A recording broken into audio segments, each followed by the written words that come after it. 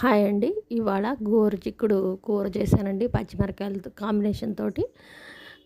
First కుక్కర్లోకి oil వేసి ఉల్లిపాయలు వేసి కుక్కర్లోకి ఆయిల్ వేసి తాళింపు గింజలు వేసాక ఉల్లిపాయలు వేసి ఉల్లిపాయలు వేగాక కొంచెం గోల్డెన్ బ్రౌన్ కలర్లో వచ్చినాక తర్వాత వెల్లుల్లిపాయలు, అల్లము, పచ్చిమిర్చి, ఉప్పు, కొబ్బరి మిక్సీకి పట్టిన పేస్ట్ని వేసుకొని పచ్చివాసన పోయే వరకు బాగా వేగనిచ్చి అందులోకి పసుపు అవి వేసి బాగా వేగనియాలండి. కొన్ని టమాటాలు వేసి తర్వాత గోరుచిక్కుడు, కరివేపాకు, అందులోనే కరివేపాకు కూడా కడిగి గోరుచిక్కుడులోకే కడిగి వేసాను.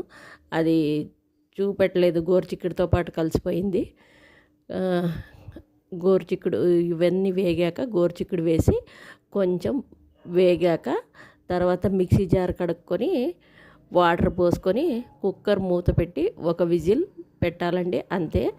ఇది గోరుచిక్కుడు కూర రైస్లోకి చపాతీలోకి బాగుంటుందండి.